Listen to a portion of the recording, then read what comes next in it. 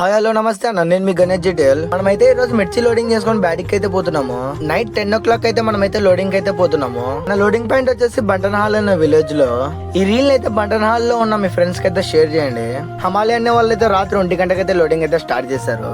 బండి పైన అయితే శ్రీధర్మ శాస్త్ర అని నాకైతే ఇష్టమైన పేరు అయితే ఉంటది. శ్రీధర్మ శాస్త్ర ఏ దేవుని పేరు మీకు తెలిసినట్లయితే కామెంట్ బాక్స్ లో కామెంట్ చేయండి.